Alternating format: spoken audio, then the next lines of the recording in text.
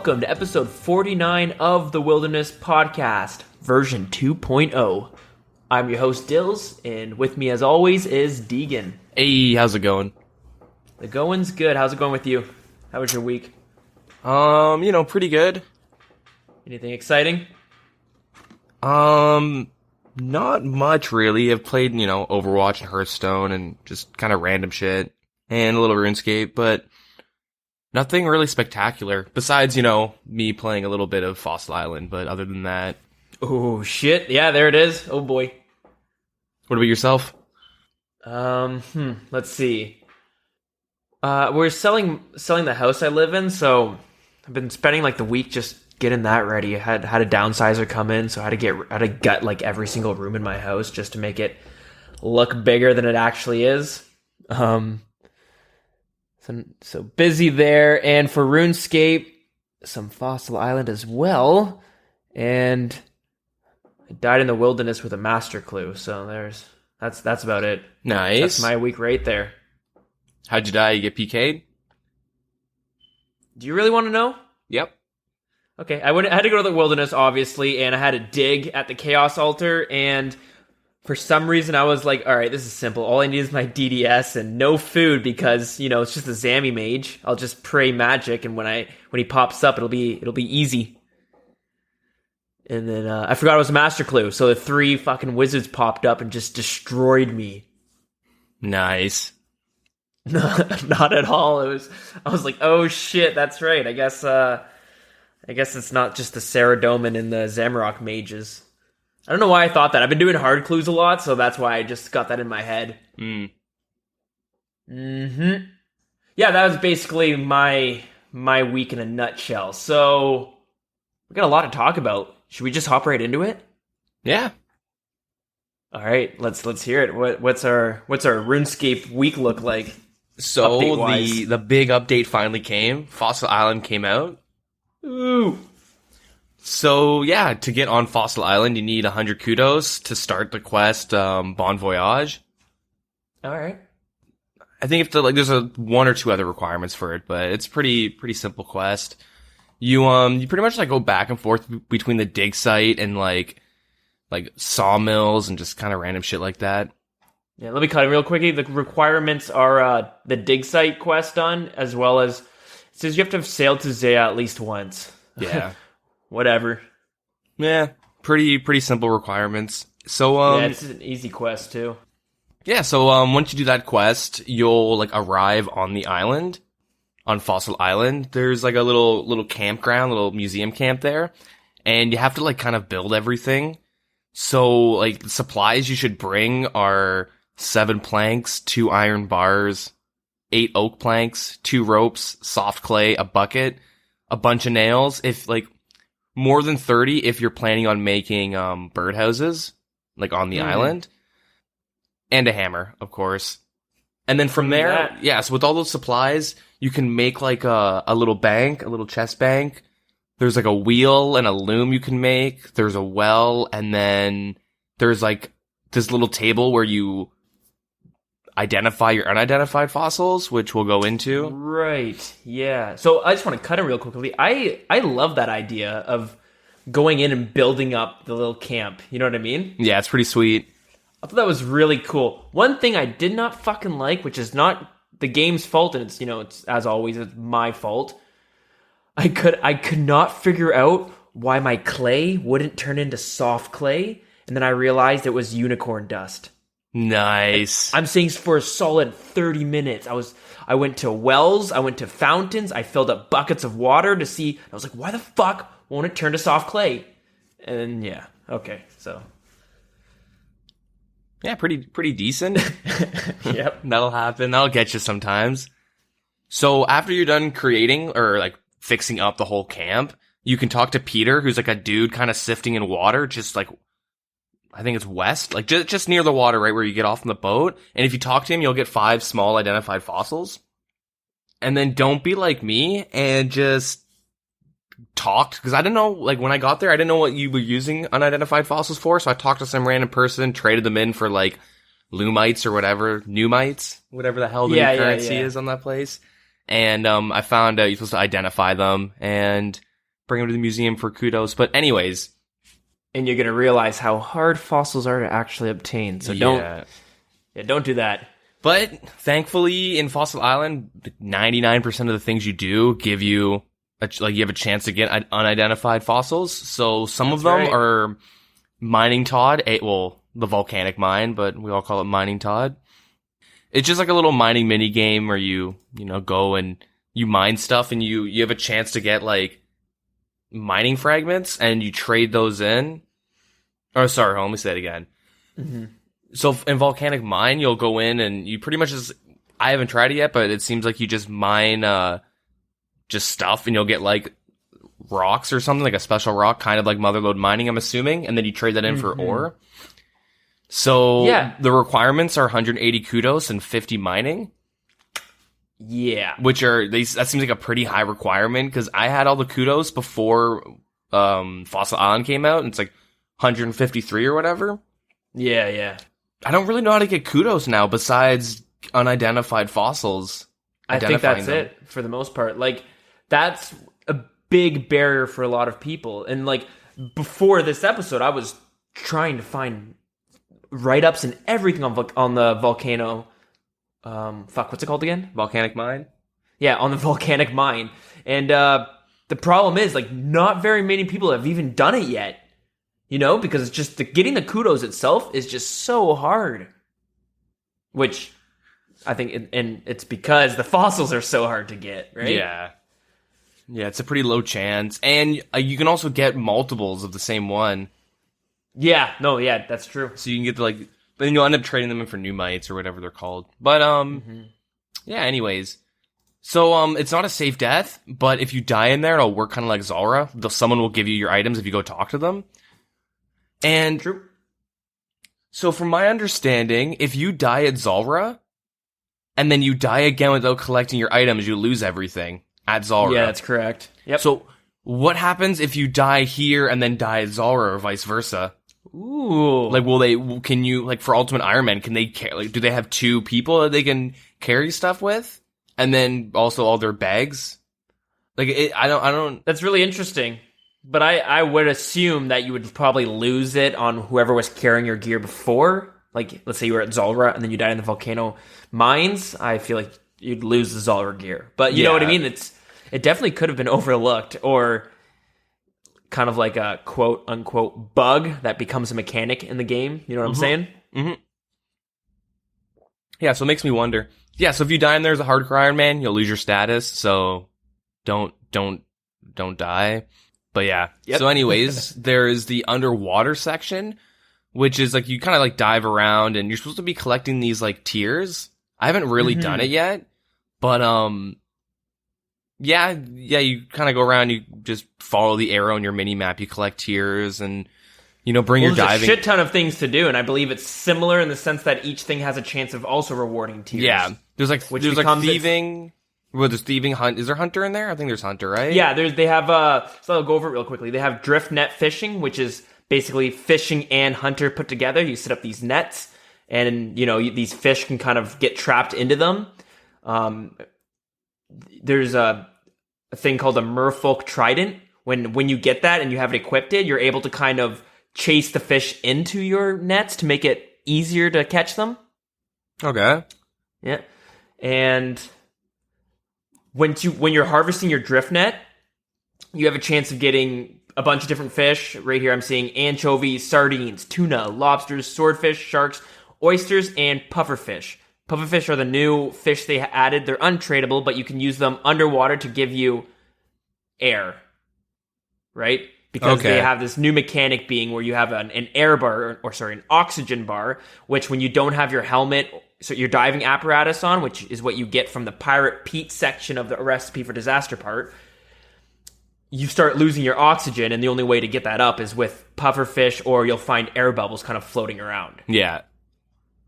And so I should have added as well, there's also a chance of getting manta rays and sea turtles if you have the right fishing level. And nummulites. I think nummulites are similar to the fossils where you can get them in almost any activity on this island as well. Yeah. So is that, do you want me to go through some of all the underwater things? Because I have the whole list right here. Yeah, do it up. Okay. So, Yeah, and then there's also underwater you have the seaweed farming, so a new way of farming seaweed. There's seaweed spores. You need level 23 farming to do it, and it's a way to get giant seaweed. And I believe that's used to make soda ash, right? Yeah, or the is it soda or yeah. And then they also have like a kind of like an agility course in it, which this is agility and thieving put together. So you kind of you'll swim around this area with these like, I don't know if you want to call them tunnels or trenches, but we talked about this before, but there's the sea current, there's the water currents, which kind of sounds like it reminds me of in Pokemon with the fucking conveyor belts that just shoot you around nonstop. Yeah. In the Team Rocket areas or the ice area. But there's going to be these chests that you can kind of loot. Chests in these, I think they're clams. And they have a chance of giving you a reward and of numelites, unidentified fossils, and then the mermaid's tears. And the mermaid's tears it's currency, but just for underwater. Mm-hmm. Oh, and you're in that area, you're unable to use your diving apparatus. So there's a spot you can kind of get rid of it to like put it down. And you can pick it up after you're done. So you have to rely solely on air bubbles and pufferfish to give you your oxygen back up. Okay.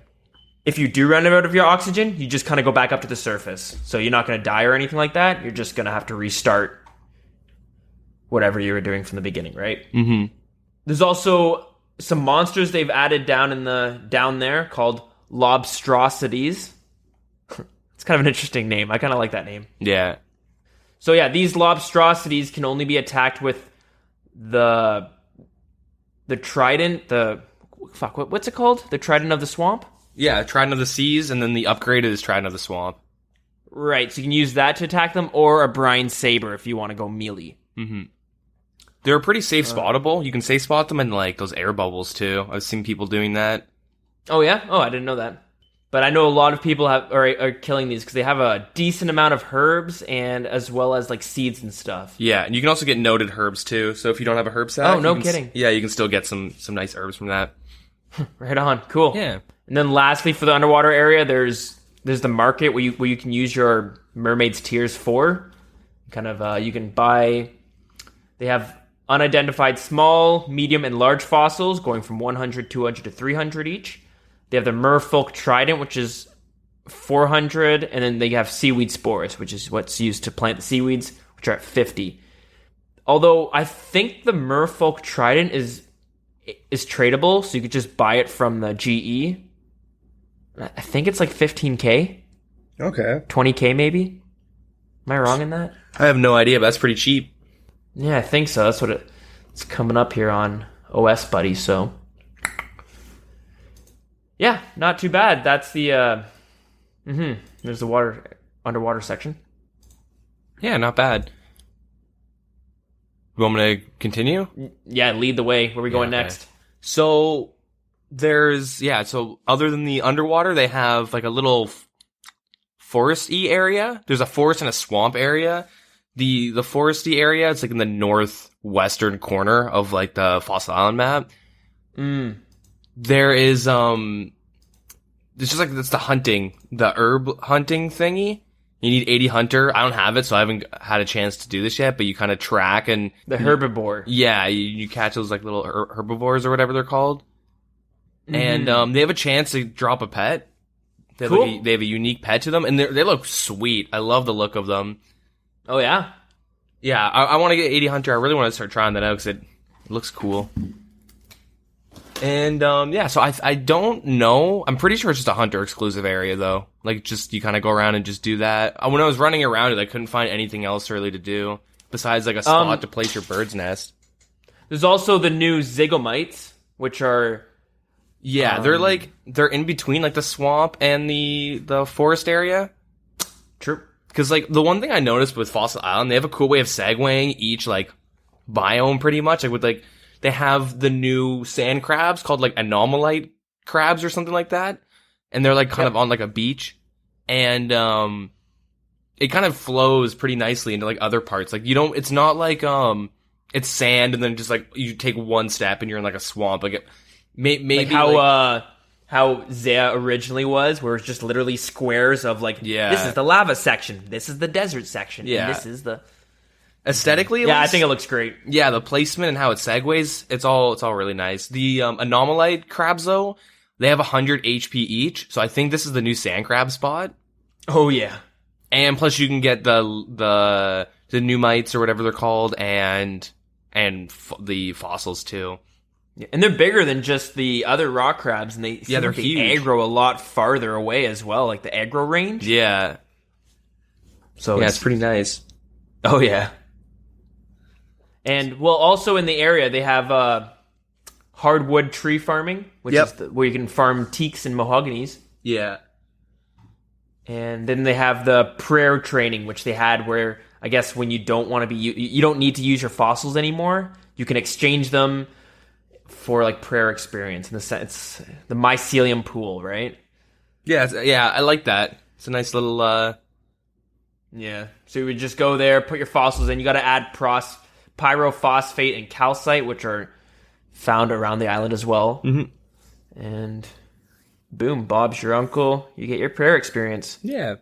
So, in the swamp area, there's, like, in between, there's the new Zygamites. I haven't killed them yet, though, but I heard they're, like, pretty decent. Like, people, will go there now to kill them instead of going to, what is it? Xanaris? I always forget the name. Xanaris. Which, Yeah. I haven't got a Zygomite task in so long, and I kind of want to get one now. Yeah. Because when I killed a few of them, I wasn't farming them or anything. No 10 hours worth of farming on them. But, like, I killed a few of them, and I got, like, a yew tree seed and some other... Really? They got some noted items, you know what I mean? It seemed to have, some notables. Like, it seems more fair, because I remember getting the Zygomites and having to go to Xanaris and just fucking dreading that. Yeah. My big issue is the fungicide, because, like, every amount of fungicide you have takes up another bank slot. So after a task, that's right. After a task, I just end up dropping them all. I mean, I never get them, but when I do, I mean, I'll skip them. But if I can't skip them because I'm, like, saving points or whatever, I have to go and buy more fungicide because I drop them all because it takes up like 20 bank slots. Wait, really? They don't stack? That doesn't sound right. I have distinct like memory of, like, cleaning my bank and seeing, like, brackets 5, brackets 3, bracket, you know what I mean? Like, there's just the different charges of them. Okay. Yeah. It's not like... I know you have to put them in, like, the fungus spray, or there's like a gun or something, right? I'm pretty sure you can just buy them from a Slayer Master and just go at it. That's what I've always done. No, I'm pretty sure it works like an ammo where you have to infuse them into this fungicide spray, and then you have to get, like, the canisters. I've never done that. Hold on, let me see. Yeah, come on, look this up. Because if I've been doing this task in the most annoying way possible... Yeah, so you can buy the fungicide, which is used to refill your fungicide spray. Which is like, it's like a fucking like a spray gun. Yeah, I just buy a bunch of those and... Wait, what the fuck? You have to... Hold on 1 second. I'm an idiot. So I've been buying a bunch of fungicide sprays and just dropping them afterwards. Oh, that's hilarious. You just buy the... Yeah, you can buy, like, canisters or, like, almost like ammo and recharge it. Okay, so there goes that complaint now. I guess I can't complain about that anymore, because... That's funny. Yeah, I would just get a bunch of them, fill them, and just use them. Which kind of sounds really stupid now that I'm saying that out loud, but whatever. Anyways. That being said, still a pain in the ass. Yeah. 'Cause I'm pretty sure the canisters don't stack in your inventory. Oh, wait, maybe they do. I shouldn't even say that. I have no idea. Again. Regardless, though, it's still a pain in the ass, because I find gargoyles a pain in the ass because you have to use the rock hammer on them. You don't have the auto smash? No, I do, but that you have to get the auto smash because it's such a pain in the ass. Yeah. So likely this would be the same situation where you'd want the auto spray or something. Mm-hmm. Yeah. So, anyways, with the so in the swamp area, it's just kind of seems like it's dedicated to the Sulisep mushroom, like wood cutting thingy. Yeah. And you just kind of go around, traverse, and cut the vines to get to the mushrooms. But there's a fast travel method where you can just take the there's like a mushroom you jump on and it just takes you another spot. And where you land, you'll lose like half your health when you land. I think it's 45 every time because I had like 50 health or it was like 60 and I got hit for 45 and I was like, oh, wow. Is it half of your max? I think it might be half your max because I'm at 99 and that hurts me for 45 and I can't imagine. 45 too, and I had 94 health. That'd be so lame. You have like 60 health or 50 and you just die straight up pretty much. Well, this area in itself, like, we're gonna go into it, but it's fucking cutthroat. Yeah, it's super deadly. I will say, though, you can use 9 bittercat mushrooms to make, like, a little landing pad so you don't lose any health, but you have to do that every time. Like, once you land there, it uses up the mushrooms. You gotta place them back. Right, so regardless, fucking jumping there you're gonna take some damage the first time. Yeah, no matter what, the first time you'll take some damage. But where you land, there is a big mushroom. I don't know what it's called, but that's, like, the main fast traveling method. You can like use that and you can teleport to like other parts in the fossil island, which I friggin' love. It's so cool. This is important. If you're coming here and this is the first area you're going to on Fossil Island, please go find another mushroom around the island just somewhere else. Don't be like me and you fucking jump into the middle of it and the next thing you know, you can't teleport anywhere because you haven't discovered any other mushrooms and you're stuck there. Yeah, so what I did by chance near the campground, there's like a little tower I'll talk about in a minute. And at the top or when you go up, you'll find a mushroom. You can teleport there. But anyways, so with these Sulcet mushrooms, you cut them and you get bittercat mushrooms, but you have a chance to get the Mort Meyer mushrooms, I think they're called. Yep. And unidentified fossils, and then the new type of mushroom. Which is, the Sulicip cap. Yeah, the Sulicip cap. So, which I believe currently it's at 1 out of 250. That's the drop rate. Yeah, so it's rate. Pretty rare. So, that being said, we mentioned it was a very deadly area, and the reason being is that not only do you take, like, I guess 45 or whatever HP if you don't have the landing pad, but there are these tar monsters that are, like, around the mushrooms, and they, like, attack pretty fast, and they like, always hit. Yeah, and they hit fair, too. It's not like just a bunch of ones. You're gonna be getting hit like 5s, 6s, and 7s. Yeah. So my first time going, I landed, took half my health, didn't bring any food because I was just exploring, right? I'm like, of course. Okay. Go up, touch the mushroom, and then I see some dude like just fall over and die, and everyone's like, rip, and I'm like, what the hell? And then this tar monster is just there, and it just fucks me up. It just starts hitting me, and I couldn't teleport because I didn't have a one-click teleport. I had my dig site pendant. So I was trying to teleport with that, end up dying, and I'm like, oh, for fuck's sakes. And then I go back, like, do the teleporting thing, go to pick up my shit, forgot to bring food. Well, I didn't forget, I was just trying to be quick about it. Ended up dying again. I'm like, oh my god. So this time I bring food, get my stuff, and then I, like, you know, run away, teleport out with the mushroom thingy. But, yeah, and you are able to kill this tar monsters as well, and they'll drop, you know, pneumalites, probably some fossils as well, but they also drop swamp tar. Okay. If you care at all about that. And another way around it as well is you'll see these snakes. What are they called? Hoop snakes. Which you can attack them, but also say stun on them. And you'll need to have a crush weapon. Because they'll say you need a blunt weapon to hit it. That just means you have to be able to have your attack style on a crush. And you can stun the snake, and then you can put them in your inventory. And you can then use it to fucking stun, and it makes the tar monsters unaggressive to you. Oh, really? Is it like a time duration, or does that guy just not attack you until he dies? So I haven't been able to figure out how they even get the fucking hoop snakes on there, because when you use the hoop snakes, it's not like you click it and use it on the tar monsters. You kind of throw it and it rolls in front of you and it goes in a straight line. Okay. So I don't know if you have to I don't understand. You I probably try have to position yourself. Yeah, I have, and it would just go right through them and missed them. So I don't. You know, it's a little wonky there, but the hoop snakes are there for you to use to kind of get around it. Yeah, you can find those in the like northwestern, like kind of woodsy, foresty area. You can stock up a bit if you want. Yeah. So also in the swamp area, they have a new boss, like a demi-boss, Yep. called the Deranged Archaeologist. Okay. And, so when he first came out, there's a streamer named Wooks who, like, instantly found a safe spotting method and all this stuff. There was a lot of issues with this boss when it first came out. The biggest was that he dropped glories. Okay. And for, I mean, us, it doesn't really matter, but for, like, an Iron Man, it's, like, a really big deal because, right. you know, the biggest grinds for Iron Man, like, the most, like, rememberable, are getting either the 82 Hunter to get a glory from the Implings, or, yeah, or just getting your crafting up so you can make one yourself, because, yeah, finding, like, a straight up glory is kind of crazy. A lot of people complained, but they like hotfixed it, like, 2-3 hours after, and they changed it with a crystal key.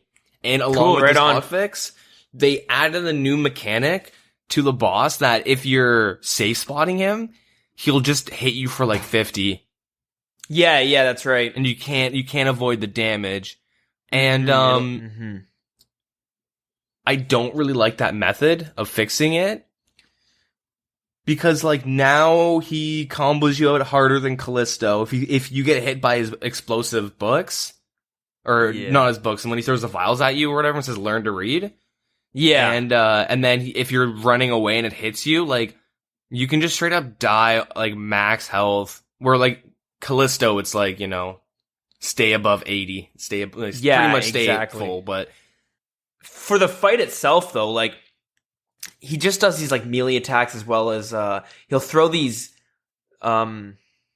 explosive, what is it, vials? I think it was? Vials or books or something, yeah, something like that. He throws these 3 things, and they just kind of explode, and all you have to do is kind of dodge them and try to click out of the way. Similar to if you've ever fought the Chaos Fanatic, where you just gotta click out and then click back onto him. Yeah. So, the main issue was, like, I see with the fight, it's like, if you look at the area you're fighting him, where he spawns, he's in, like, a really small area.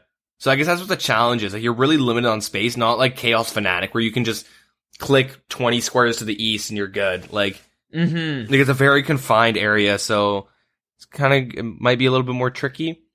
Oh yeah, and you can easily accidentally walk in and engage the fight. Yeah. So, yeah, might as well talk about it. There's a really popular YouTuber named A Friend who has, like, an Iron Man series he's been, like, working on. A hardcore Iron Man series. Yep. And, I don't know if you watch him, but his account got, like, really good. He got a bunch of, like, first pets, and, like, he was the first one to do a Master Clue. That's right. I don't think they've updated the hardcore Iron Man achievement page, where the first ones to do whatever. But, no, I don't think so either. He had, like, 3 or 4, like, firsts. Yeah, whether it was items or pets. Mm-hmm. So, and I just said Master Clue, so yeah, definitely. Yeah. I mean, I say the word had because at this boss, he ended up dying. Mm-hmm. And, if you go just anywhere in, like, RS related in terms of, like, you know, the subreddit or the forums, everybody's talking about it and kind of making Yeah, good luck finding stuff. Anything about the fossil island. That's all everyone's talking about. Yeah, nobody cares anymore. It's a conspiracy. People were pretty upset with Fossil Island for reasons we'll go into in a second. But so, you know, they just kill off A Friend and now everyone's talking about that. It's my tinfoil hat theory. Jagex is behind the whole thing. I don't think you're wrong. Yeah. So, that being said, I think he's still going to continue just playing them, but, anyways. Oh yeah, he said previously. Yeah, definitely. Yeah. So, yeah. Before we move on, yeah, I just want to say my experience in the Tar Swamp, because oh man, was I frustrated. I almost rage quit this game. I'm pretty sure I did, actually. So, I was like we said, it was super cutthroat when you get there, and like I said, when you first take the little mushroom that bounces you into the middle of the tar swamps, if you haven't discovered another mushroom, you can't really use that mushroom to teleport out of it, because that's the only mushroom you've discovered, and it gives you no options. So if you don't bring any sources of teleports, you're kind of stuck there, except for you can go north and leave the area. You know, you can cut through the vines, but you'll come to spots where you need a fucking rake to clear some of the vines. Really? Yeah, so if you're not going to bring a rake, because, you know, I don't know if people just bring a rake everywhere they go, but I fucking didn't bring a rake, and I'm trying to figure out how to go, and then the swamp tar monsters killed me, and I'm like, okay, no big deal. I come back, full tank of food, and I'm like, I'm gonna grab my shit and just get out of there, but I don't think I brought a teleport because I'm an idiot. And, I brought my axes and shit because I had to bring a new axe, get my items. Pretty sure I got stuck and the tar monsters killed me again. I come back, I go south, and the deranged archaeologist, deranged archaeologist started fighting me and shit. And like we said, when you try to safe spot it, he'll do these like true damage hits for you for like 50. And the problem is, if you engage the fight and try to run away, the second you're like out of range, he starts chucking these hardcore hits on you. Yep. So boom, I fucking died there. Died twice trying to get my shit. Buy a rake for 10k, come back, die again. I'm running out of fucking axes at this point. Eventually, I'm rocking full Guthans, you know what I mean? Like, yeah. I was so frustrated. I had to buy a rake for like 10k because I don't keep a stock of rakes in my bank. Oh man, I was so fucking mad. As soon as I was done, I went and discovered another mushroom, so I did not have to have that problem again. And yeah, I don't envy you. That's the pain of the swamps. I was getting pretty frustrated too, and I died a couple times. I just kind of got my shit and left though. Like, all right, I'm done with this. Yeah.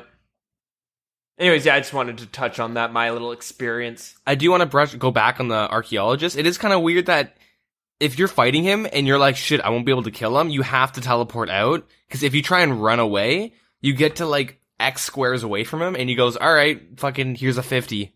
Boom. Yeah. And you're it's like, not even far. Yeah, it's not that. It's like, it's close. Like, it's like, the range is super small. Yeah, and there's times where you're like spam clicking food, but he's just like, I don't even know. I felt like he was hitting me for the true damage even when he shouldn't have been, because I was like, I died a few times where I was like spam clicking all my food. I just could not out heal the damage he was doing to me. Yeah. It was unreal. Yeah. He's a little bit toughie. of a bitch. I hope they kind of make him. What I was thinking, it would be way cooler if he just, you get X amount of squares from him, he just does like a home teleport animation, becomes immune to damage, and teleports to where he like spawns, and then heals a bunch. Yeah, you know what? Like, that would be cool. Like, he opens up his bugs. That's what happens in World of Warcraft, no? What do you mean? Oh, yeah, in World of yeah. Warcraft, as soon as you get out of like the distance, all your hits just start missing. Dude turns around, beelines it to his beginning, and he heals like fucking 25 health a second. 25% of his health in a second. But like, I think it would be pretty cool if he just made a comment about reading or something, because he always talks about learning to read. I don't know. He just says something, does a home teleport animation, and then from there you're like, oh, fuck. And then that gives you time to like heal up all day or run, and then he just, boom, he's like at full health. Yeah, and it doesn't like, I'm just imagining if a new player who doesn't watch YouTube videos, or he doesn't go on the wiki, walks into that fight and he just thinks like, oh, he's gonna randomly hit you for 50s. Yeah. That's just the fight. This guy's like, I guess you gotta be max level to kill him. Mm-hmm. Yeah, hopefully that was just like a temporary fix, and they're gonna, although, Jagex, you never know. A temporary fix usually can last up to like a year or two. Yeah, exactly. But who knows? Hopefully they fix it before people just don't care about it. Mm-hmm. Because right now it's a new boss, so people just do it for the sake of doing a new boss. Yeah. I don't know if he drops any pets or anything. I did not look into that. I don't believe so.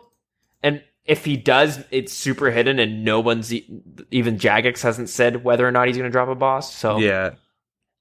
But I don't believe he drops a pet, and he doesn't really drop any uniques besides the fossils. Mm-hmm. So that being said, there's like a lot of miscellaneous things you can do around the island. Like building like your birdhouse traps, and you fill it with seeds, and then you kind of just go in and collect, you get the feathers, and you get the hunting experience. There's wyverns that drop like the granite boots and the granite longsword, and then the new type of visage. Right, yeah, that's true. I don't know what it's called though, but I was sad. So I saw some people get the granite longsword as well as the granite boots. That shit tanked in price so fast. Yeah, well, because it's not really that good. I feel like the granite longsword was a little bit better than a rune longsword. I think it looks super cool. I love the look of the longsword. Boots, Yeah? I'm fine with. I'm not in love with them or anything. They're okay. Well, I love the longsword, and longsword's a little bit better than a rune scimitar. There's no special to it though, and But you need a 50 attack for it. yeah. So it's like another type of brine saber, I guess. It's something. Well, I imagine we're going to see some granite maulers now rocking the longsword as well. Yeah. Well, the one thing is with the longsword, like the longsword to granite maul is really tricky because there's no special bar, right?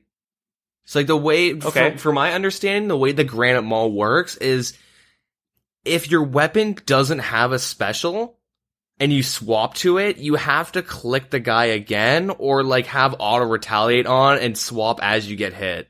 Yeah, are you sure about that? That's like my understanding of it. I could be wrong, but I know for a fact if a weapon doesn't have a special attack, it like affects the way you spec granite mauls.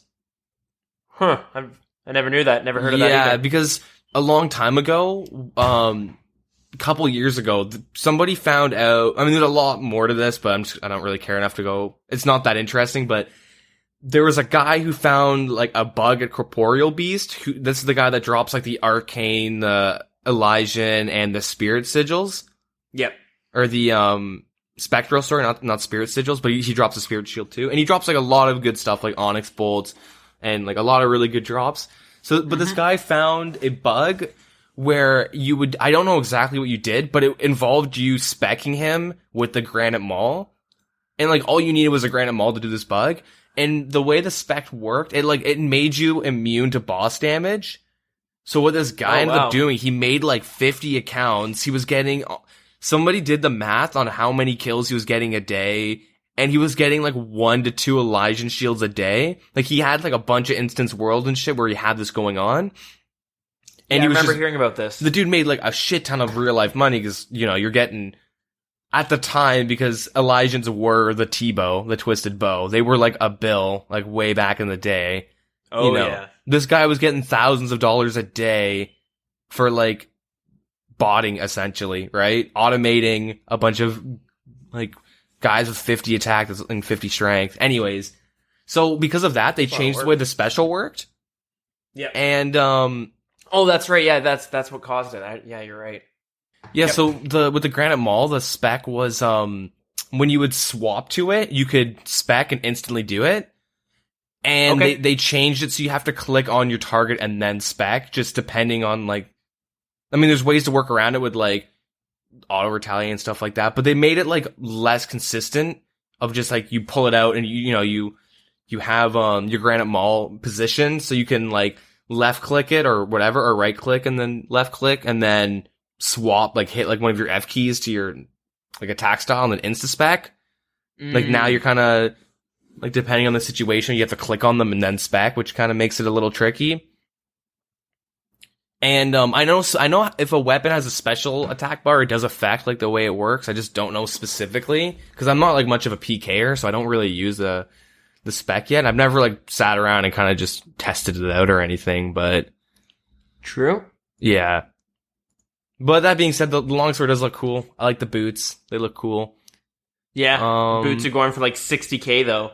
The longsword, I believe it's like between 200 and 400k. I saw it drop the other day, and somebody said it was worth 200k. So I'm like, fuck, really? That was fast. It should be a lot cheaper. It's just that there's not that many in there, right? And pures and stuff want to test them out. Yeah, well, really, if you think so. Well, how much is the dragon scimitar?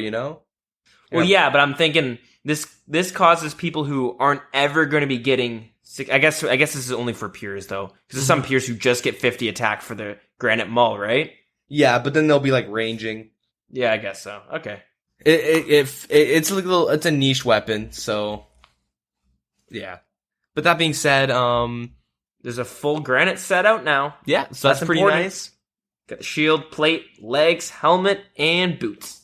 Yeah, it's about time finally. Now I can bust out my granite pure in full granite with my long sword and swap it to my maul and spec them. Hell yeah, get them out there botting. Yep. That's what Granite's best for. Do you Yeah. remember the days? I remember coming back to RuneScape in like 2013, I think it was, going to, I can't remember where it was, some area, but it was just flooded with bots who had Dragon Medium, Rune Plate, Granite Plate Body, I think Granite Shield too, and a Dragon Longsword. Yeah. You remember that shit? Yeah, because it was super cheap and the defensive stats were really good for like the price, and if they die, you kind of just shrug it off, but... Yeah, you ain't gonna die because it gives you such good defense bonoses. I remember being a little noob and being like, man, is this like the meta gear? Is this what everyone's using?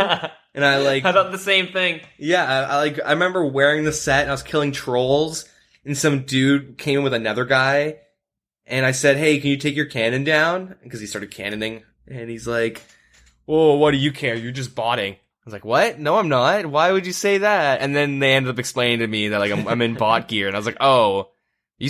I didn't. I thought this was good gear. So how many real players are in this game now? Yeah, what the hell? It's like fucking dozens of us. Yeah. But that being said, that's like pretty much the gist of Fossil Island. Yeah. So let's see if I missed. So we'll talk about the people were pretty upset when Fossil Island first came out, and it's really like it's super stupid on why people are mad because. They're upset with one the fossil drop rates, the unidentified, like that is kind of annoying. I was killing shit for like 2-3 hours and I got like one. I mean, I probably got bad luck, but people have had the same experiences. So, but in general, it's kind of like it's a very low drop rate. I have been able to find a couple myself, so maybe I was just lucky as well. But the funny thing is you could almost go to each section of the island and be like, yeah, these people are pissed about this. And then, in the tar swamps, they're pissed about this. Yeah. The Wyvern Cave, they're pissed about this. Yeah, so tar swamp, I mean, people don't like just getting fucking insta-killed pretty much. But, anyways. Yeah, there's a lot of issues. A lot of it does come down to the experience rates. Like, apparently doing that fishing net mini game, whatever. Apparently it's really, really, really bad experience. Like, shrimp level experience per hour. That's what people were telling me.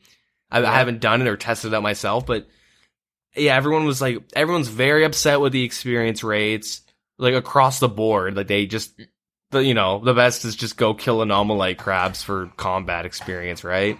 All these mini games are really bad, but also. So as far as the experience complaining goes, for the underwater, it's basically almost entirely of the underwater area. But my only thing is I never thought the underwater area was meant for higher level players. I thought it was meant for, medium, mid-level players. You know what I mean? Well, all of Fossil Island, it's been geared towards like mid-level players. And they've said that. They've been saying that for like a year. Like they're making Fossil Island as like mid-tier content because of like the reasons of I've said this before, but most people quit between like 60 and 90 in that area where like they're getting like a bunch of quests done and like they're not getting 20 levels in an hour anymore. As it starts, like as soon as it starts to slow down and they start getting like a couple 70s and 80 or something and they go like getting 90, this took me forever to get to this. Getting to 99, I gotta keep doing this. Like what the hell? Like, yeah. And then like, I always found that once you got to 70s, when you hit this wall of like shit, things are really slowing down. Yeah. I mean, after you get your first 99, every other 99 feels faster, in my opinion. Yeah, no, I can see that, but I know exactly what you mean. Like I hit 70, like, you'll hit 70s or whatever, and you'll be like, oh shit, this is like where the grind actually begins, kind of, like, oh no, yeah. It's like, you're a lower level. So most people like end up getting bored and quitting, and people don't like questing, even though I like it, but people don't like questing. Majority of people don't like questing. And it's kind of like you kind of just do the same type of thing, for mining, you click rocks, agility, you jump on roofs, on, fishing, obviously you're just fishing, but you know what I mean? Like with all the skills, like kind of gets stale unless you enjoy that skill specifically. So they kind of want to make Fossil Island as like hey, it's not the best experience, but all these shitty skills that we get the most complaints about, you won't get the best rates, but like, we're going to make it fun to do. And maybe if you add up all the experience per hour you're getting in, like, let's take the underwater area, it's hunter, fishing, thieving, agility. You add all those together, in farming as well because of the seaweed. But let's say you add those all together, you kind of expect the experience per hour to be decent because you're training all 4 skills. Yeah, exactly. So, yeah, I'm not too sure. Like, the people complaining, I wonder if they're at like 90 thieving and they just thought that like, oh, the rates are going to be stupidly high. I'm going to get my thieving up with my fishing. And like, I don't know what people were kind of expecting. I went on a Fossil Island knowing that this content isn't designed for me. Well, specifically not me, but me as like just at my combat level and stuff. I mean, there's better shit I could be doing for like money and experience. I just wanted to see what it was all about. And, like I haven't really got to many of the activities yet, but I don't know. I like the area. I think it's kind of cool. People are kind of screaming dead content because the Wyvern drop table isn't like the best or anything. It's like, I do find it kind of silly, a lot of the complaints, but that's kind of the community. The vocal like minority are like higher level people and they want content geared for them, right? Yeah, sure. And especially if you're sitting on like a website like Reddit and stuff, most of the time those are more skilled RuneScapers who are looking for a community to discuss RuneScape with, even though you're going to get memes half the time. But still, that's the idea, right? Yep. So, yeah. But when you said it was like, I don't think it's definitely not all geared for mid-levels. Just look at the tar swamps. That place is fucking ridiculous. Yeah. Right? So you got areas like that, I mean, there are safe safe areas within the tar swamps, but I mean, like, I'll say like 99% of the, I guess, yeah, is it kind of like you can go at level 60 or 70 and you can do shit there. It's not like you know what I mean? Do everything, but yeah, you definitely could start off, mid-level and having some things to be able to do. Yeah, and being able to have fun and whatnot. But also, it leaves it open so that when you're high level, you got things to do as well, like the tar swamps or I mean, minus the weird change, the deranged archaeologist, like you can probably do that at a low level if they fix the whole you get too far away from him and he pretty much one-shots you.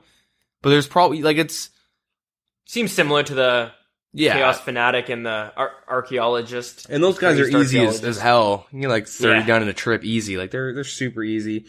And but yeah, so everyone's kind of freaking out, complaining about a lot of things. So they're proposing some changes. They're kind of taking in some of the feedback, and they've said, so first of all, we wish to thank you for the huge amount of feedback, and we have just hotfixed some changes into the game based on this feedback. So with the Wyvern drop tables, they've increased the tables significantly, so they're more profitable, and they increased the rate at which they drop fossils. We have not touched the skeletal Wyvern drop table at this stage, and I don't think they should. No. That's like an AFK range train and make a bunch of money. You don't get much range training from like skeletals. Yeah, like that's like where you go to, you put on full void and you AFK. Like my buddy did that for weeks when he was like during exam time, right? He would just be studying, killing wyverns and just looting mad shit. They have a CC where if you don't want to leave your spot, you could go in the CC, say like, hey shit, I'm running out of ammo or I'm running out of alching runes. Guy will come bring it to you and you just trade them. Yeah, you pay extra rewards you've gotten. You pay like a inflated price. You give him a bit more than what he paid for, but he's doing a service, you got to pay for the labor costs. Yeah, exactly. He's doing a nice little service for you. So, with the fossil drop rates, they might up them a bit, but they're just keeping track of how many people, are getting to the volcanic mine and if they should increase the drop rates across the board. They're just they might do that. They're just kind of monitoring it right now. With the Sulisep farming, the tar monsters do less damage. They despawn a little more quickly. Oh, nice. And the passive creatures will last a little longer. So that being said, when I asked, is it duration or permanent? I guess it is a duration. Okay. Yeah. Good. So, they wanted to make it a little bit better. And the buffed drop rate for the Sulisep caps is 1 to 250. So I guess it was worse at one point before these. Oh, that's what I must have read. Still, I wonder what it was before this. 1 in 500? 1 in 1,000? Who knows? I'm curious. So the Suliseps right now, they're going for about 40k a piece.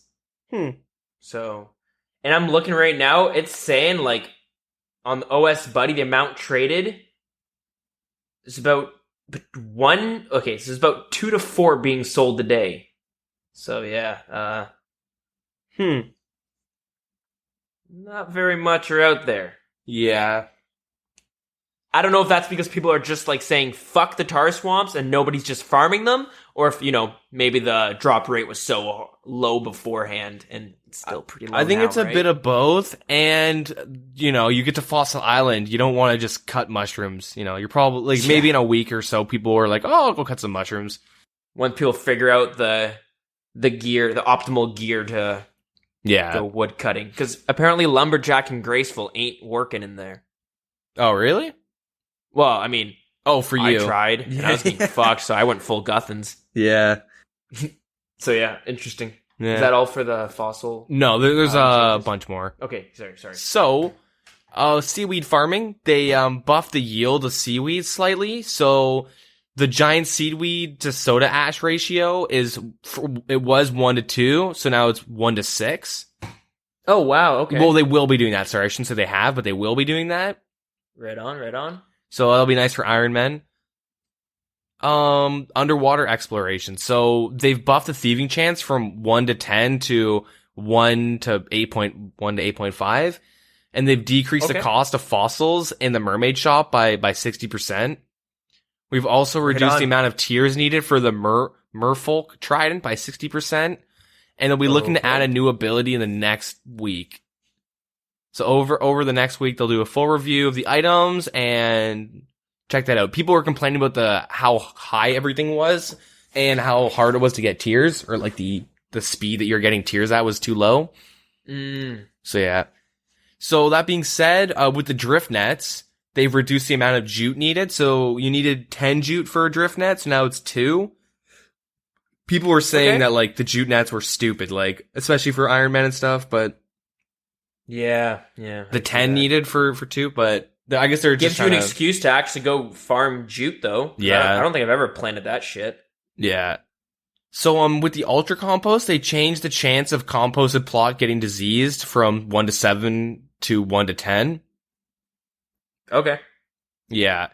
You get an extra herb if you use Ultra Compost. That is really good to know. Interesting. Did not know that. Oh, Ultra Compost. This is a new type of compost. Yeah, you use the volcanic ash on Super Compost, I believe. Oh, shit. Yeah. That's crazy. Yeah, we talked about it in like a previous episode. Wow, I'm a fucking idiot then. Yeah, there's just so much to know in Fossil Island. Oh, man. So, right now they're discussing an Ultra Compost version of fertile soil. Oh, the lunar spell. Yeah. So they're gonna see if, they're just discussing if they should put it in a poll or not. I can dig it. Yeah. They've doubled the experience for taking down birdhouses, and they're gonna look over to see if it's good or, they're gonna be keeping an eye on the experience rates. I wanted to mention that before, but yeah, people were bitching about, like, it's almost useless to be doing the birdhouse because you make such little experience. Mm-hmm.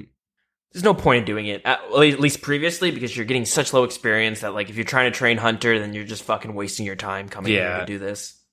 Yeah. Next week, they'll look into either moving the birdhouse on the south side of the island to somewhere more accessible and easier, instead of just, like, spread out everywhere. Okay. Yeah, and Castle Wars. It's not really Fossil Island related, but they're gonna mention that they made a change to stop players from killing themselves in Castle Wars. It was okay. It was being used by some players to smuggle the flag out of the game, ruining it for everyone. Sick. Yeah. I fucking love this game. People figure out, like, the most craziest exploits. Yeah. Is also stopped from players deliberately suiciding to teleport their Castle Wars spawn location to full heal or remove any snares or whatever. Alright. Yeah. Next week, they're keen to add something to Castle Wars that will allow players to do this in a much more safe way. Cool. So, yeah, in terms of teleporting to your home base, not smuggling the flag out of the game. Yeah. Imagine that. And that is it for Fossil Island and the little changes they've made. I think they're gonna keep making changes. I hope they don't go too crazy, trying to like appease the loud, like, minority. I think it's pretty obvious what they did. They were okay with having this come out and it being just either XP rates being way too low or the monsters hitting way too much, opposed to like, you know, having ridiculous amount of XP, like, because there's gonna be people exploiting that right away, or like the drop tables being crazy. They did have with the archaeologists with their glories, like you mentioned before. a bunch of Iron Men were like going all over that. I was playing my hardcore Iron Man, talking to like, I was in a CC talking to some people, and like everyone was like, as soon as we found out, we all just like ran to a world, like we're like, oh no, we're getting one, and a lot of people were like upset about that, but you know, whatever. Naturally, right? Yep.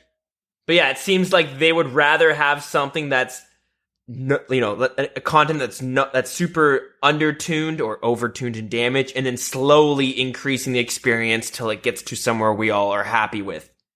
You know what I mean? Because if they released it and it was, let's say, the underwater area was suddenly the best experience per hour for all those skills, you're gonna have a shit ton of people bitching about it. Yeah. So this way they can undertune it and slowly bring it up over the weeks, you know, monitoring it. Hopefully it's over the weeks and not over the year, and slowly bring it to where they actually want it. So it's, you know, kind of like, you know, let's say in a month from now, it's like almost perfect. And it's like what everyone was asking for originally for the most part. And like, and I also want to talk about quickly, but it was the wyverns. I saw a lot of people bitching about the wyverns and that their drop rates were just shit. And they were saying like, why the fuck would I kill these? And da-da-da-da-da.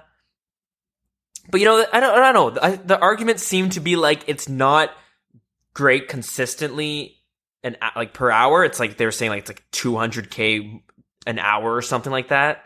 Oh, okay. Maybe a little bit more than that. But like, yeah, why do that when you can do skeletal wyverns or sort of? Yeah, but people are just expecting like monsters to drop a shit ton of notables and like just having consistent drops, when really, like, yeah, sure, you might be getting 200k per hour, but what happens when you get the wyvern drop? The wyvern shield drop. Suddenly you just scored, let's say, I don't know what it's going to drop down to over the next couple months, but right now it's sitting at about 40 mil. Ooh, even that seems like it dropped a lot. I saw 200 mil. Yeah, the first one sold for 200 mil. It'll probably drop a lot more than 40. It'll probably go down to like 10. Yeah, maybe even less than 10. But still, you get that, and that suddenly just changes your average per hour drastically. Suddenly, you know what I mean? Like, yeah, you just scored pretty nicely. Even with, like, I went. So I wanted to test them out, just like, oh, maybe I'll get lucky. Let's see how it goes. But they have 4 different types of wyverns right now, right? All in, like, varying levels. They're all still pretty high, between levels 146 to 227, it looks like. And oh wow, Granite Longsword's at 20k right now. But anyways, yeah, I went there and I killed, I think I got a full inventory of the 3 different types of wyverns. And yeah, I was making like 100k plus per inventory. So, you know? Yeah. But yeah, I wanted to say, like, I remember this was an argument before where killing monsters and bosses shouldn't be like the best consistent money per hour. Like that should fall on like skilling for the most part. You know what I mean? Something you're going to be getting, consistent profit. But, you know, I guess people want to be killing shit and making money consistently. So that's why you're seeing things like Dust Devils and Necryarchs dropping that like lots of notables. Like the average person doesn't enjoy skilling, but it's also just to deter bots. Like, do you remember when botting rune essences like were a thing? Oh yeah. And now it's like, why would you ever bot rune essence? Like, no, you know, that's a very valid point. Yeah, you crash the prices on those things, and yeah. It's like reward the people that PVM. I mean, it kind of hurts skillers, but like, you know, whatever.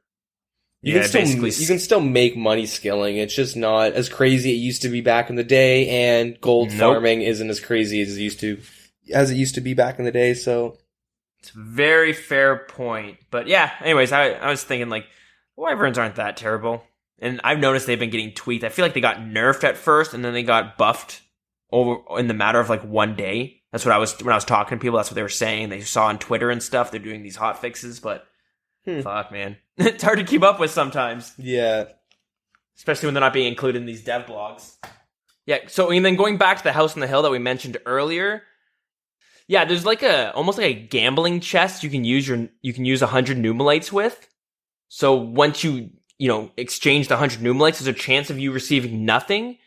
There's a chance of you getting hurt, or there's a chance of you getting one of various notes. When you finish the quest and get onto the island, you'll get this almost like a Fossil Island diary that when you look through, there's a bunch of missing pages. And it's kind of like, I guess, maybe doing what you've done, because as you fix things, it says like the first page is about fixing some of the shit that you have. Yeah, so as you get stuff done on the island and discover things, it like updates your like diary, I guess. Yeah, but you can also get from the chest, the gambling thing, you get notes, which will get added into your book. I'm not really sure. I haven't been able to find out what happens when you fill out your book, or if anything does happen, but so yeah, you can get notes to fill it out and stuff like that. Yeah, that and paying the squirrel, which is like the guy that protects your trees. That's like the only two things I found my use for the Numulites. Have you found anything else? Like I have no idea like what else you could be using them for.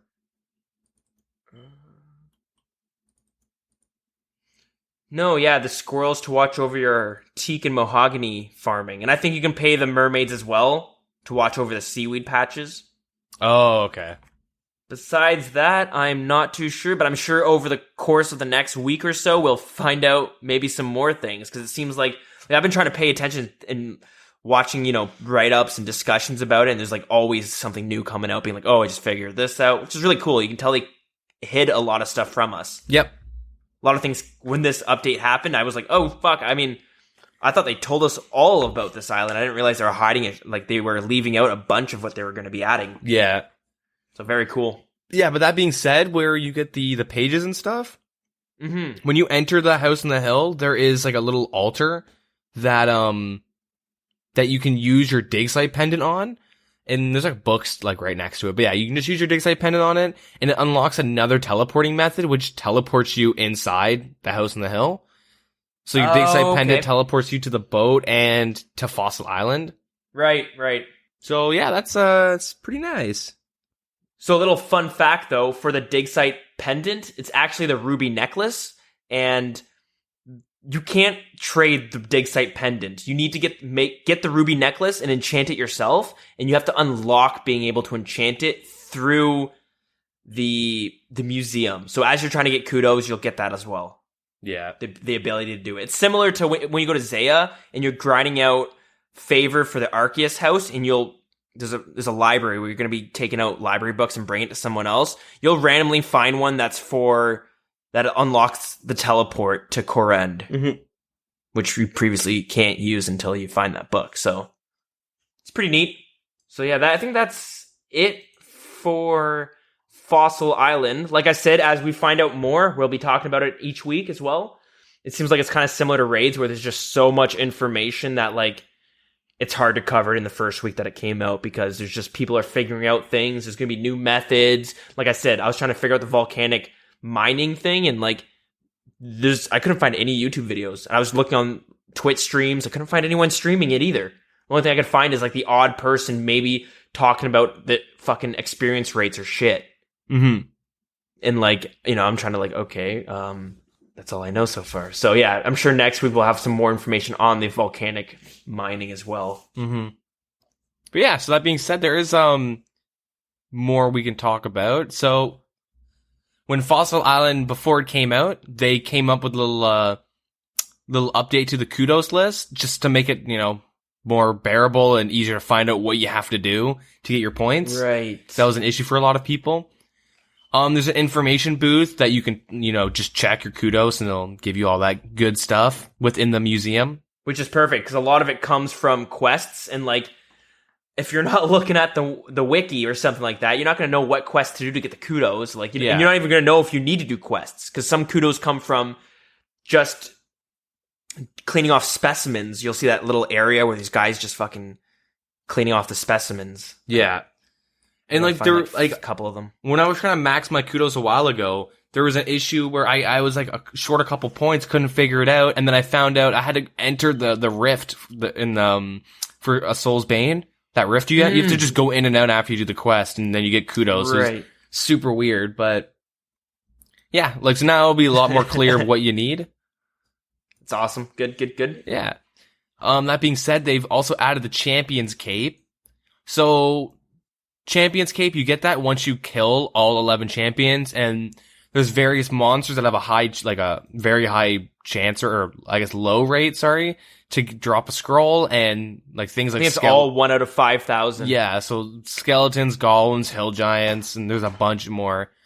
And, each champion gives you like a little task, like you have to kill them in a certain way, like no protection, no, magic only, melee only, whatever.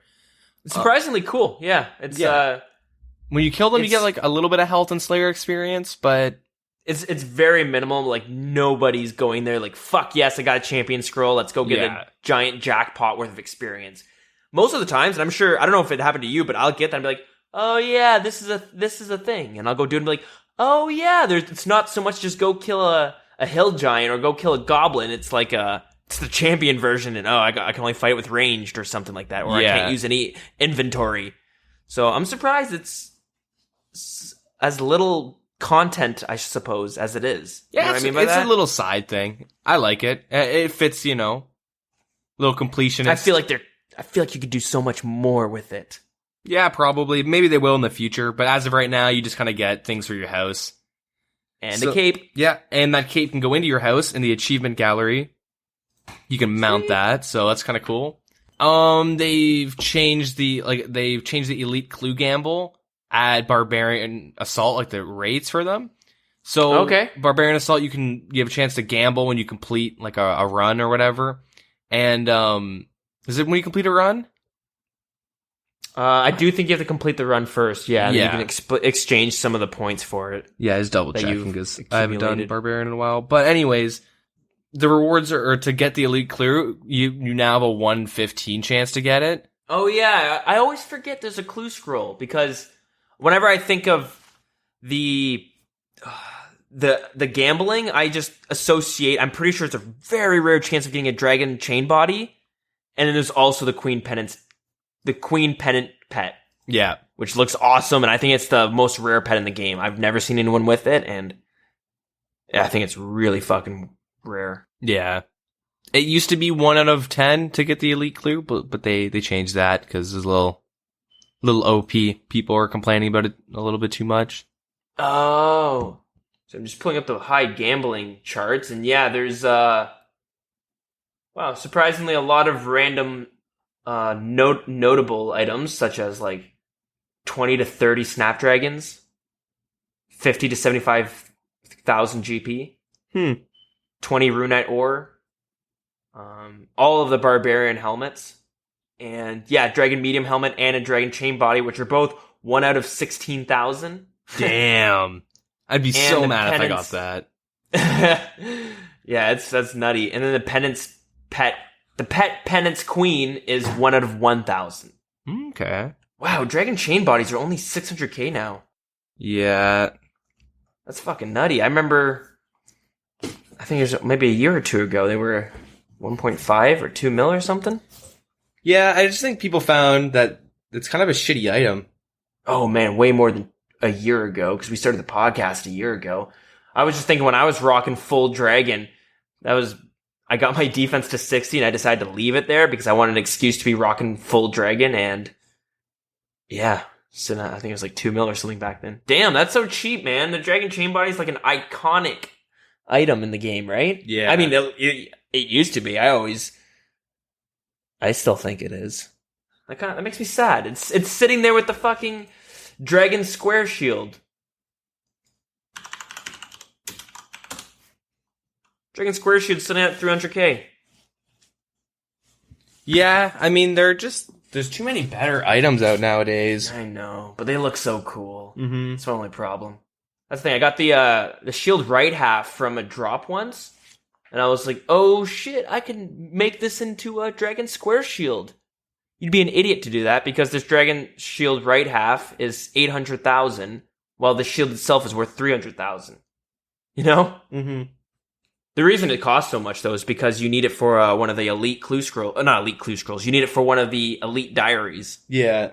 So the people buying it are the people looking to knock off a diary task. Mm-hmm.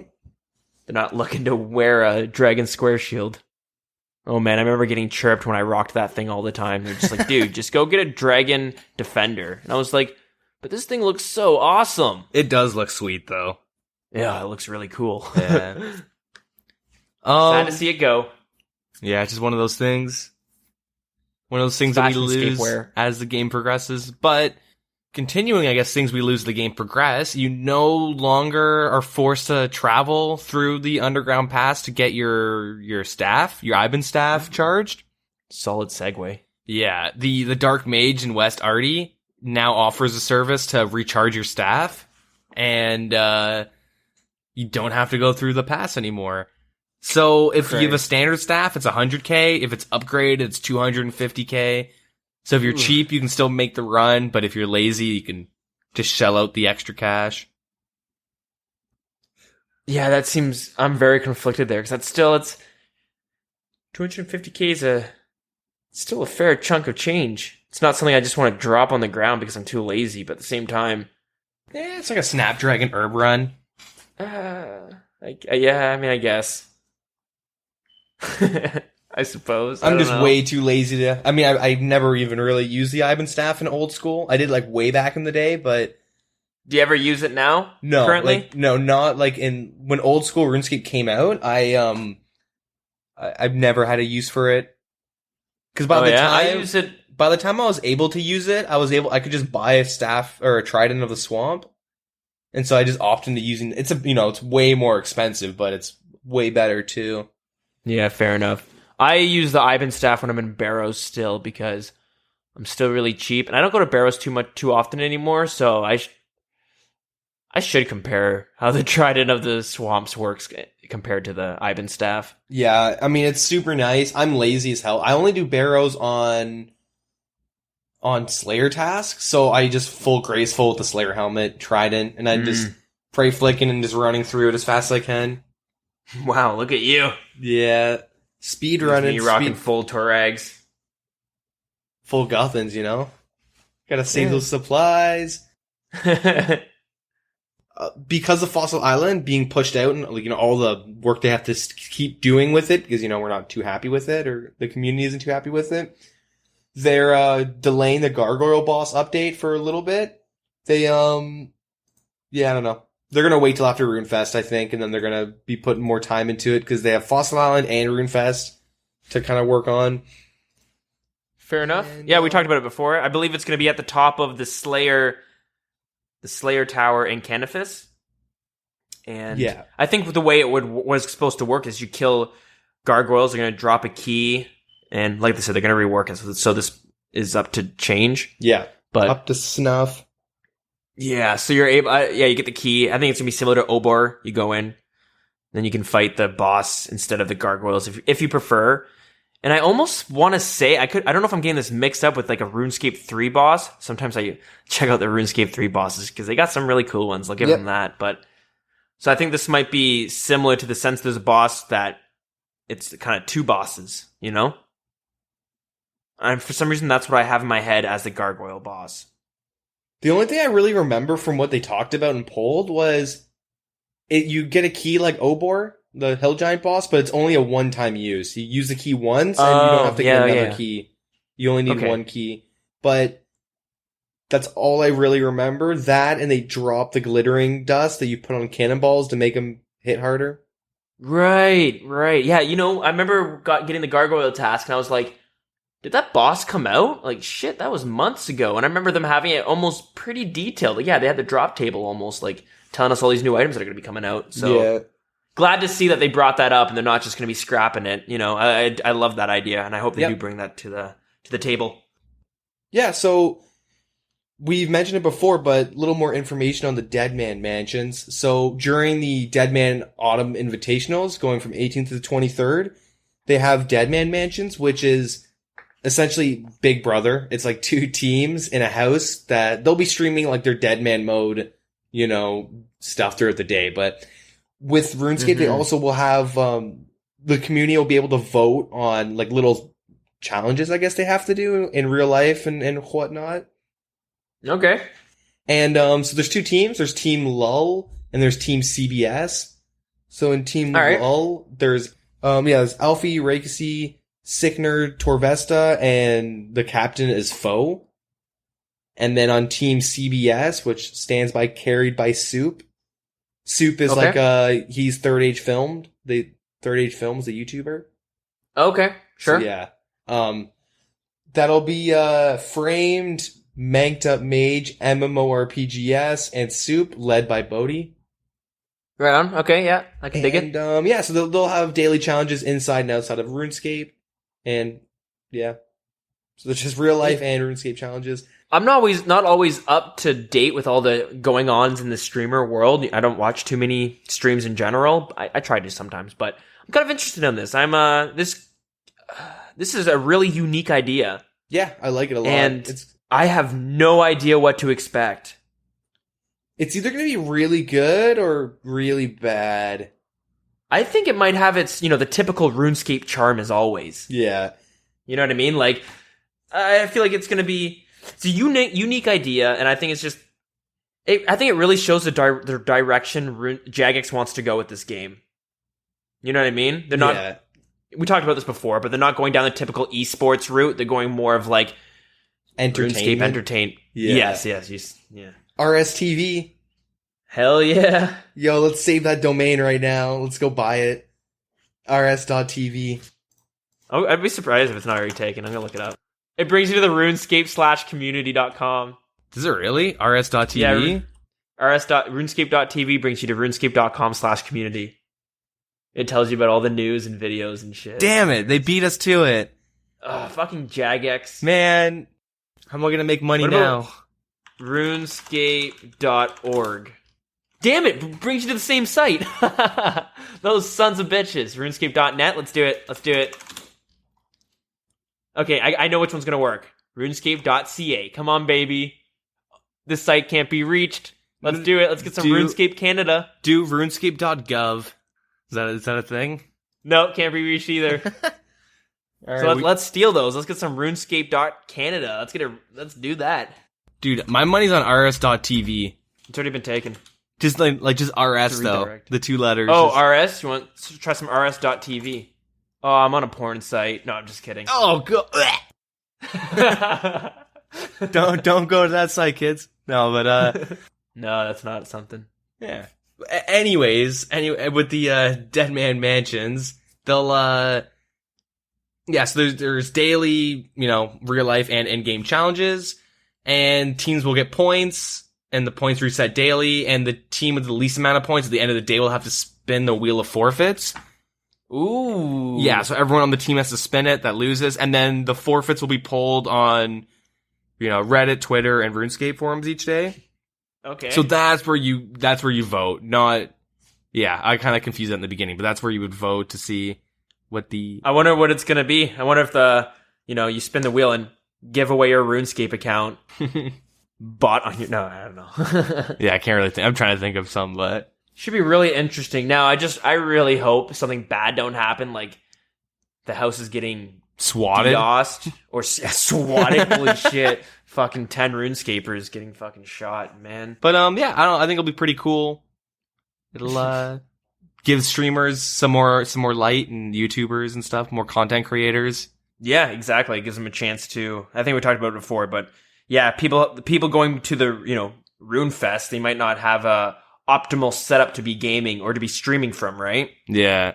So this gives them a chance to continue this streaming, plus, yeah, like a new angle for all of us to enjoy the show.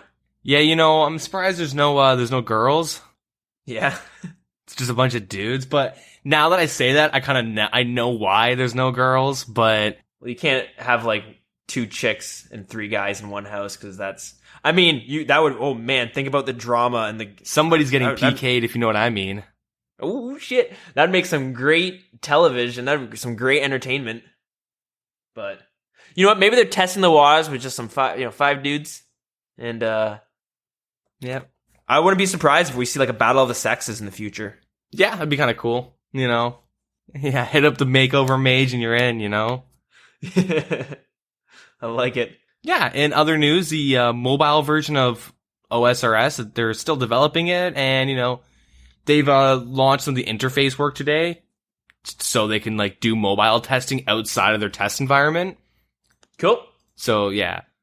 So I guess that means there's maybe some of the mods or something have, like, a beta on their phone that they can kind of go on. That's what I'm assuming when they say that. Oh, yeah.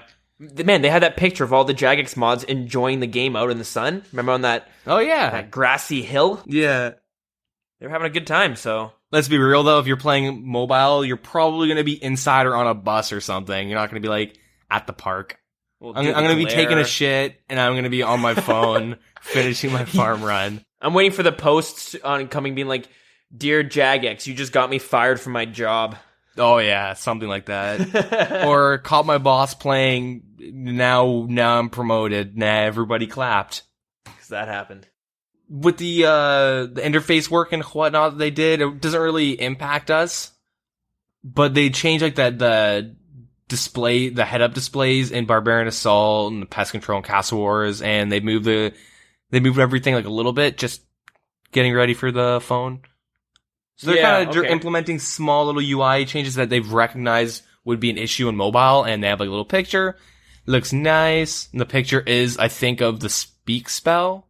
I have no idea the lunar spell, contact, whatever. Right. I think. I don't really know. Looks like it though. That's exciting. I'm super. This sounds stupid to say, but I'm super excited for, as everyone is, for the mobile update. Yeah. I've even seen it was a thread on Reddit, just in an Android gaming community of people talking about this, and there's tons of people who don't play RuneScape and they just stick to all their gaming is done on their phone, and people are like, is RuneScape worth playing? Is this game actually going to be good when it comes out? Or like, I've played a bunch of other MMOs and they're all kind of the same. What makes RuneScape good? And people are like, dude, you have no idea. So this is going to impact just the cell phone gaming world huge. Because now I think we mentioned when it first came up, but this is going to be probably the top MMO game for just mobile gaming. I think it might be the top game, like on most downloads. Like whenever you're like looking for a random game, at least for me, you open it up and it's like, you look at the top downloaded and it's always like Clash, Clan, Clash Royale, Castle, Clash, Royale, Castles. Like there's the same thing. Yeah.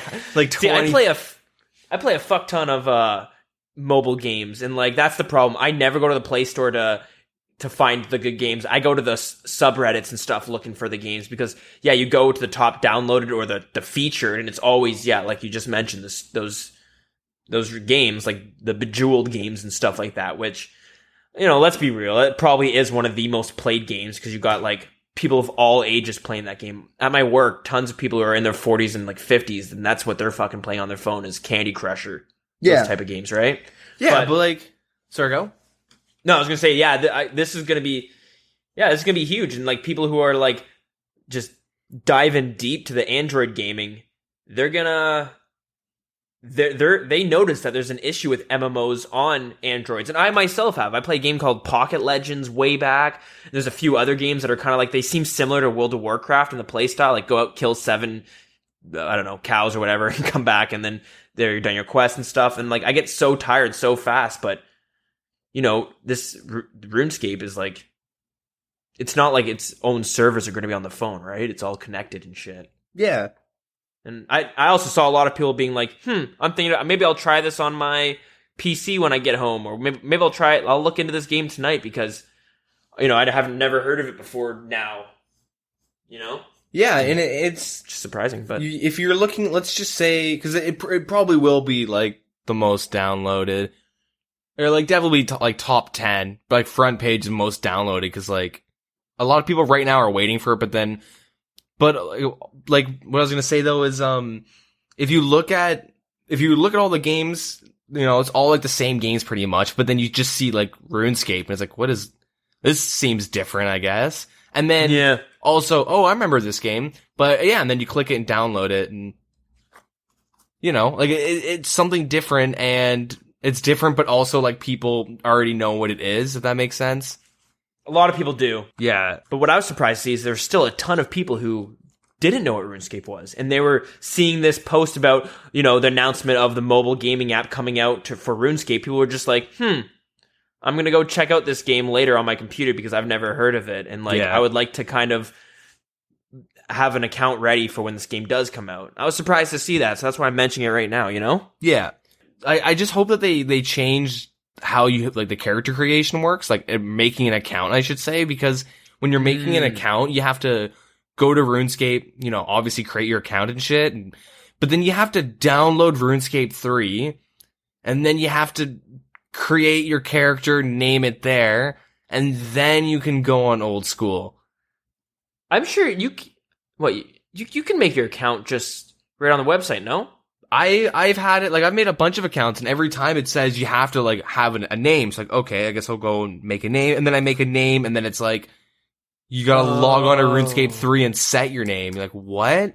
And, cause I've gotten, like, a good handful of friends into the game. They all quit by now, but, like, you know, they've all sat down, and I've got them all to try it out before, and, like, they always say the same thing, and it's like, okay, why is this is so annoying. I have to log into RuneScape. I have to download a client, download 2 clients, download OS Buddy, download RS3, but, you know, you have to, like, log into RuneScape 3 just to get your character so you can get on Old School. And, like, if it's on mobile, I hope it's as simple as create email, password, all right, verify, name, and then you're in. Like, I hope it should be, like, really, I hope it's really easy. It sounds to me like you were just doing it the hard way, because, like, I'm almost certain that you could do it all within the website. It's similar, like, you make your account, and now you got to use your email address, I believe, right? Yep. So you use an email address, and then you have to go on the website and set your name there, which will be set both on RuneScape 3 and Old School RuneScape. But, yeah, when you change your names, it's all done on the website, right? So you can do it all without downloading the RuneScape 3 client. So maybe you can do that, but, like, when my friends have been making an account, it's, yeah, dude, go on RuneScape, make an account. They all have the same thing with me, where it's like, why do I have to go on RuneScape 3? And I go, really? I don't know. You know what I mean? I just kind of like, I don't want to I don't want to make an account for them. But if they're just people that just go on the website and then they get stuck into doing like jumping through hoops, like if it's on mobile, I hope they don't have to like go on a website, create an account, set a name, verify. Like I hope they can just do it all from the app and then maybe verify an email. Because it does get confusing because there are 2 different websites. You have the Old School website and then the RuneScape website. RuneScape is basically both Old School and RuneScape, yet Old School RuneScape website is only for Old School RuneScape. You're probably having a hard time following this right now because that's how confusing it can get, but it makes sense to us because we're all kind of veterans, right? Yeah. Now, I agree with you though. I do kind of hope that most of it can be done within the app itself. You know what I mean? Yep. Just once it starts bringing you to the website and shit, I imagine that could get kind of frustrating on your phone, having to go through all the options of the site, you know, I don't know. The one thing I do hope though, like if you can get on, I hope they warn you about scammers.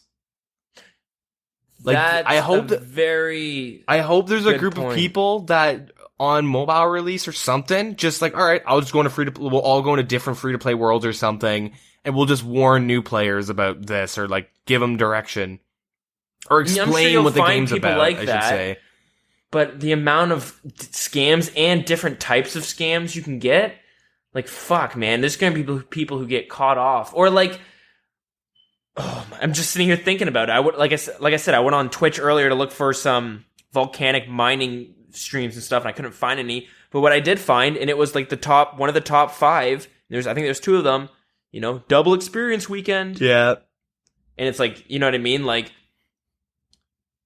yeah, they view bot, so they get to the front page, and then then they put out phishing websites. Yeah, they should. I really hope they say, like, all you have to say is, if something sounds too good to be true, it is. Like, it's a scam, and also phishing links. Like, those are, like, the 2 main things, like, doubling money.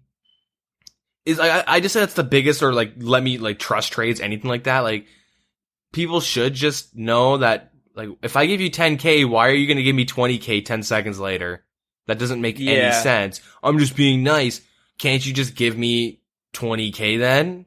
Yeah, and I think that's the issue. Is some people, you will find nice people who are handing out, like some starter money to people. When I first started, I remember I was like struggling for something, and I asked someone like, "Hey, can somebody want to buy some items off me because I need 5K?" And this guy just traded me. He's like, "Here, buddy, here's 50K. Enjoy it." And I was like, "Oh wow, cool." Mm-hmm. There was nothing expected in return from me. He just gave it to me. But like, there's a lot of nice players, and there's a lot of players who will scam. So I could see like people getting thrown off. But I have seen a lot of suggestions on how you could like prevent the scamming. Not prevent the scamming, but make people aware that this game isn't necessarily like other MMOs where there's some MMOs where like scamming just don't go on. Like I know like World of Warcraft, I remember so many times I'd hand someone some materials and shit and they would go do something and I never got scammed for them. Mm-hmm. And I always was kind of skeptical because I'm coming from RuneScape and being scammed like a dozen times. Yeah. But some of the suggestions I've seen in the past were, if you don't remember, but on Tutorial Island, there's a guy you talk to who's like the finance advisor. And he talks about like making money and stuff and he tells you about the banks and whatnot. You could just have him explain like, hey, by the way, watch for scammers at the GE and stuff like that. And like maybe list a few of the popular things like, like phishing, phishing with a PH, you know what I mean? The phishing sites. People asking for YouTube comments and likes, and then that, again, another way of phishing sites, trust trades and gambles and doubling money and armor trimming. Armor trimming I could see being a big one because, every set of armor has a trimming, right? Yep. And it makes perfect sense for you to be able to trim your own armor using smithing in some sense, right? Like that is... A new player will not be like, oh, that's out of the realm of possibility. That would never happen. They'd probably see trimming and be like, yeah, that's probably how you get trimmed armors. You have to trim it with gold yourself. Yeah. There's like a lot of ways to scam, but it'd be cool, town crier. That's another no one. one will double your money. Or maybe having a guy in the GE who's walking around and like saying like, you know what I mean? Like he's just going around saying, "Don't trust these people," because the GE is where it's all almost happens, right? Yeah, GE, a little bit of Neve's Cave, but generally the GE. Yeah. What? Neve's Cave? Yeah, dude, that's where the whole "Trade Me Your Fury" meme came from. Because there was like a couple guys that would go to Neve's Cave, find like noobs or people cannoning, like just doing Slayer, right, and saying, "Oh, it's nice, you're making money yourself. I want to reward you." You know what I mean? They just say that shit. I'm making a video, and then they like, "Give me your fury. Yeah. You won't regret it. Just trust me. Just don't think about it." Another idea I saw as well, which this one I think is almost my favorite idea, and I think that they should have added this in maybe before, but having like a mentoring system in the game where like newer players can be paired up with higher level players, and you like maybe get added onto each other's friend list automatically or something. And you can kind of like help each other along, and then maybe a voting. But the problem is, then how do you weed out the scammers in that? See, that's the thing. In Final Fantasy XIV, that MMO, they have a mentor system. And when I was new, I tried using it, and people were just either like some people were helpful, but like some people were just fucking dicks. And you're like, oh god. And then I have a friend who's like obsessed with the game, so he like walked me through everything. But one big thing is like, if someone's scamming like level 20s and shit, and he's like a level 100 or like 120, he's able to be a mentor, like the requirements should be like X amount of quest points, X amount of total experience. Just as simple as that. You need this many quest points and this much total experience, and you're set. Yeah, okay, that makes perfect sense. Maybe, yeah, and then maybe you can have your mentor person at a certain level, or once they get a certain total level, they get kicked out of the program, sort of. But they can maybe give you a +1 or something like that. Like, oh yeah, thumbs up, this guy was really good. And then you get paired up with somebody new, right? Yeah. Or like, if you're a mentor, you get multiple people, and vice versa, because you both aren't always going to be on. But I think I like the mentoring system, but I think the biggest, the only issue besides like the only real issue, I mean, scamming and shit, that's like a what if. Mm-hmm. I don't like playing what ifs. The only like real issue, consistent issues, are Like in RS, you have to be self-sufficient in terms of finding shit out for yourself. And like, Yeah. that being said, if someone asks me a question, I'm not gonna say fuck yourself, there's a wiki. Like I'll answer it. Yeah. But like I have a really good friend of mine who plays like a lot of RS, but he doesn't look up anything for himself. And I talk to him like daily, right? Like I talk to him every day. He's like really good friend of mine. I love the guy, but like he will ask me like any like literally any question about RuneScape, and like it'll be like, oh, what item, like should I be getting a fighter torso over this? Like which items would be optimal for me for this, right? Like sometimes there's questions where it's like, oh, okay, yeah, blah blah blah blah blah. But then I'll get questions of like, yo, how much experience or how many like oak planks will I need for like 60 construction?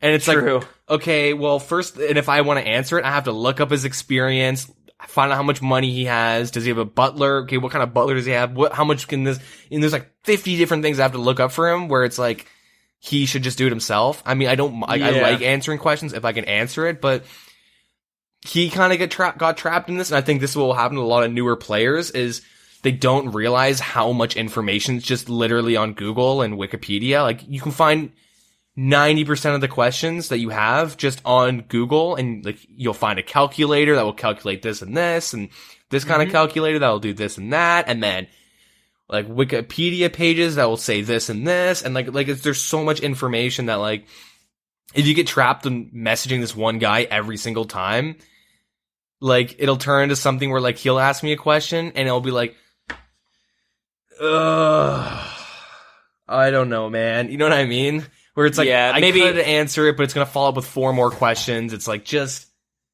Maybe on the other end, you can give the person you helped out a upvote or a downvote kind of deal, but I know I had a friend he was in the Discord kind of talking to people, like, trying to figure out this game, and he hasn't played the game since, like, 2006 or 2005, and, like, I was talking to him, and he wants to train his fishing up, and what's he doing? He's at Karimja, sorry... You know what I'm talking about. Karimja as a free-to-play, fishing lobsters, and then he's trekking it all the way to fucking Falador. Yeah. And I'm like, man, what are you doing? And he's just like, well, I'm trying to level up and stuff, and I don't, you know what I mean? I'm just like, well, if you want just levels, go to like the Barbarian Village and just fly fish and then drop your items. Really? Is that fast experience? Like, yeah, it is fast experience. Like, yeah, but I have like level 40, whatever. Fishing, why not just do lobsters? I'm like, because the fly fishing is going to be a lot faster. And then he goes it's the best there, and experience in the game for free to play. And yeah, exactly. So he's going there fishing. And he's like, oh, this is all right, but I'm kind of dropping is kind of pain in the ass. I'll just go bank them. And I'm like, oh, I forgot to tell you, there's shift click to drop. Mm-hmm. He's like, what? Really? You know what I mean? Like, and then somebody in our Discord posted a website. It was a post to the RuneScape forums where somebody had laid out all the significant updates since 2013.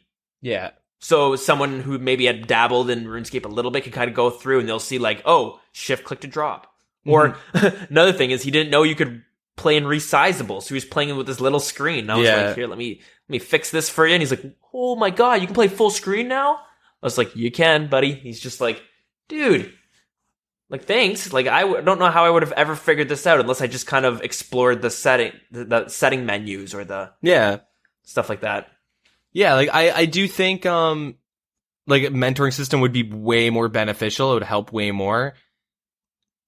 But like that being said, if you're like, it would be cool if it gave you a warning of, hey, you should never give your mentor an item, or you know what I mean. Say like if he's doing his job, you're not supposed to give him anything. Unless it's, you know what I mean? Like give you a warning of like, if he fucking wants your items, you don't, no, he's scamming you. Or also, maybe allow don't like ask a final for message. Money either. Like, this person is no longer your mentor. Would you like to give him a final message? And then that's where you could just easily type out Wikipedia and Google are your best friends. Sure, yeah, exactly. Or know? like, I'll help you with advice, but I'm not going to just give you money. Yeah. Stop begging. And yeah, that would also be an issue. A mentor asking for money, but you could also just, you know. Someone being mentored. Yeah, that's what I meant. Yeah, someone being mentored just begging for money. Because, like, back in the day, I used to, like, when I was first grinding super hard for, like, high combat, like, I was like one of the lower levels of my, like people, like most people I had added were higher levels. And then I started grinding really hard and they became higher levels and I would just like continue talking to people and I'd like add people if they want to be added. And then people just started like asking me for money.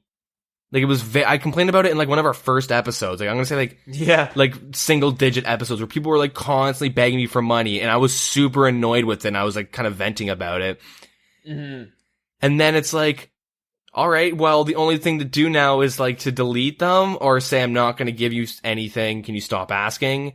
And then delete them, whatever. Like I would just delete them once they started like asking me for money or trying to convince me they just got hacked or scammed and they need 10 mil. And like, I don't even have that money, but true story, by the way. But, I don't know. I just like stopped adding people really. I'm not too social in the game anymore. I mean, I'll talk to people in the CC and stuff. Oh, you're one of those. You're the mutes. And the thing with the whole mentoring system would be like a nice addition for like what I do socially in RS. It'd be nice to like add to that. Like, oh, I can help people by blank. I do enjoy helping people. I have a lot of fun. Like, I'll go on the subreddit sometimes and just go on new and find people like asking questions and I'll answer them. Or sometimes I'll make my own post being like, come into our CC if you want some help and shit. And like, you know, we'll give you some advice and whatnot. And I've had some people who like, I remember this one person, he was doing Dragon Slayer and he was like level 30 or 40 and they died like 3 times. And I was like, they're like, I don't know what to do. What am I doing wrong? Like, I'm sick of like,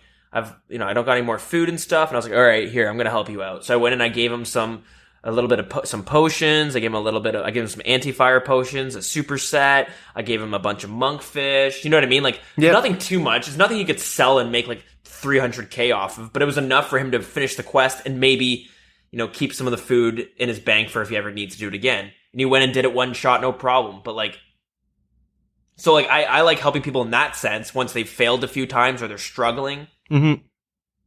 But yeah, I'm never going to give away like 50k or 100k. You know what I mean? Like, you'd rather help someone than give them shit.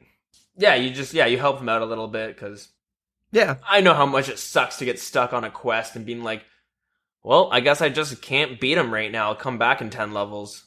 Yeah, exactly.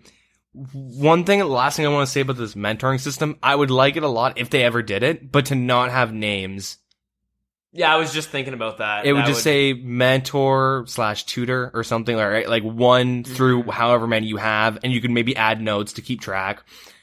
And just say like, hey, you just don't give each, because like imagine they don't know your name, they can't beg you for shit or like bug you in your friends list, and then that's true. Whatever. But they can't search you up on the high scores and being like, come on, man, you have 99 Slayer. Yeah, just go grind 10 minutes and give me the loot you get. Yeah, I think we can move on to an update that isn't even actually in the game. It's just a suggestion we're coming up with. Yeah, well, that's pretty much it for updates. Yeah, exactly. You can like talk to the barbarian guard at the outpost via the lunar spell, and so you can do the barbarian vial smash toggleable without having to go to him. Oh yeah, man! I fucking forgot that was. I'm gonna go do that. As a reminder as well, talk to the mage tutor and range tutor in Lumbridge so you can auto pick up, or when you pick up arrows and runes that are already in your rune pouch or range ammo or your ammo slot, they go straight there. Let me write this down. That's funny. We mentioned when that first came out that you'd probably forget. Yep. Unless you did it immediately, and I have forgot all 3 of those. Yeah. Yeah, me too. I mean, I haven't forgot. I'm just lazy. Well, yeah, it's like, I'm lazy as well. I'll do it in 10 minutes. And then you just forget. Next thing you know, it's been like a month. And next time you're getting reminded about it is on a podcast. So yeah.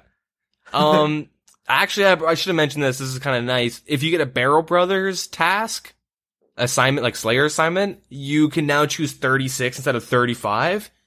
Because 35 doesn't give you full runs, right? On 30... With 35, you'll be 1 short on your last kill. Cool. Yeah. So that is pretty nice. That's right on. Nightmare Zone, the dose is automatically combined now, which is super nice, but I'll never be using that again, so. Sure. Oh yeah. Okay. That's pretty much it. Yep, sounds good. That was a marathon right there, but there you guys go. There you guys have it. And that's it for the updates and the suggestions. Yeah. But yeah, I think we should shimmy this along because we're getting a little long in this recording. Yep. But that being said, yeah, as you guys know, we are doing kind of like two different types of giveaways right now. One of them is we have a survey where we want to hear your guys' inputs, things you like, things you don't like, things you would like to see, just any suggestions whatsoever. We have those, have it on Twitter, Facebook, and Discord. And yeah, at the end, there's a spot for you to give us your name, and we'll throw you into like a little raffle at the end. And then the other giveaway is, tweet us, part of an episode or if there's an episode that stands out or a segment that stood out or something, whatever, something that you enjoyed more than other parts, a highlight, I should say, any highlights that you can come up with. Yeah, just tweet us the part or whatever, and maybe give us do a RuneScape hashtag, hashtag Oldschool RuneScape or whatever the fuck it is. Help us spread the word a little bit as well. And yeah, we'll give you a sorry. And yeah, doing that will put you in its own little raffle as well. We're doing some bond giveaways from both sections, or if you want the money equivalent, you can have that as well. And yeah, that's great. We're going to be doing that for, after this one, probably 2 more episodes. We'll be advertising it before we actually conclude it. I saw we had some people already write in on both sides of it, which is great to hear. I had a chance to just briefly look over it, but we're definitely taking everything you guys say into consideration, because like we said, we want to give you guys the best show possible. This is our second year. We're finally, each episode, I feel like we're improving a little bit more. And yeah, and the feedback is always welcomed. And before we actually do some major changes and adding maybe new segments and stuff like that, we're going to wait for this little giveaway to kind of come to a close before we do another rework, I suppose. I don't know. Anything you want to add? No, that's pretty much it.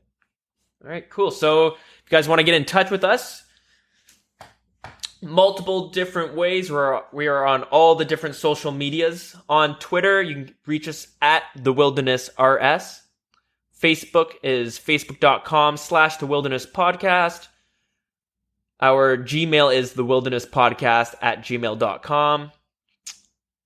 Our in-game clan chat is WildCC. And we have a Discord open, which I believe Deegan's got some of the links pinned around on Facebook, I believe. Maybe I should get one out on Twitter. But yeah, if you want to get in there to it, you can reach us in the game, and we'll send you a link to get in there as well. And for some reason, if you want to contact us or whatever on Google+, it's out there. I made it, but don't think I've ever really used it. I don't think anyone's ever really used Google+. Yeah, I remember when I was kind of reading up on how the podcasting world works, a lot of people saying, oh yeah, we use Google Plus for this reason and that reason, and it offers this that Twitter and Facebook doesn't. And then I'm like, okay, I'll make one. And then, yeah, then I just don't really go on to it. I don't think anyone's going to miss it. So those are all the ways you guys can kind of reach out to us. And again, if you guys have any stories and stuff you just want to send in, we'll definitely read it on air. Whatever it is, send us emails and whatnot. Yeah, I guess that's it. No questions of the week right now because we're having this little giveaway section. So if you want to answer things, go ahead and answer that survey or send us a little highlight or a memory that you guys have of the show, whatever it is, right? Yep. I think we're safe to close her up. What do you think? Yeah, I think we're all set to shimmy on out. I can dig it. All right, guys. Thanks for listening. Thank you as always. We really appreciate everything you guys are doing, whether it's, just listening or whatever, hanging out in the game, whatever it is, it's great. Yeah, it's great. Yeah, you said it, so did I. So, yep. All right, guys, this has been episode 49. Check us next week for, I was going to say half century, but no, that doesn't really work, does it? Half a hundo. Half hundy. All right, cool. Okay, let's get out of here. All right. Yeah, guys, have a good one. Later, Gators. Peace.